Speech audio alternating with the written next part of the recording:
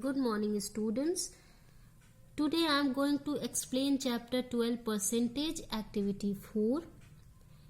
In this you will come to know about simple interest. What is simple interest? Sometimes we borrow some amount, some money from someone or from bank, or when we deposit the money in the bank. That time the money that we deposit or we borrowed, that money is called principal, and for the time duration we borrow the money or we deposited the money is called time, and the interest paid yearly or per annum is a new word for you, means yearly, on every rupees 100 borrowed or deposited per year is called rate of interest. Means in this chapter you will come to know about principal, and you will calculate principal P, time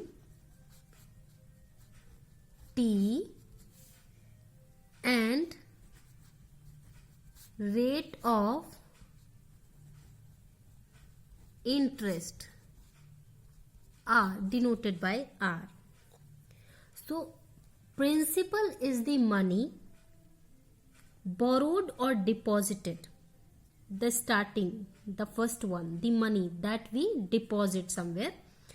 Time is the time duration for which money is borrowed or deposited, and rate of interest is the interest, means the money, the amount paid yearly or per annum, yearly, on every rupees 100, every rupees 100 that is borrowed or deposited per year. So in this exercise you will calculate principal or time or rate of interest or amount. Now what is amount? Amount is amount is the money, principal and interest. When you add these two, principal and interest, the amount will come. Amount means after calculating, after adding the interest in the principal. जो money आपने deposit की थी या किसी से ली थी, उसमें interest को मिलाकर जो अमाउंट बना उसको अमाउंट बोलते हैं. So when you calculate amount you will have to add principal plus interest, and if you want to calculate principal, then the same thing, amount, you will take amount, and from amount you will subtract the interest.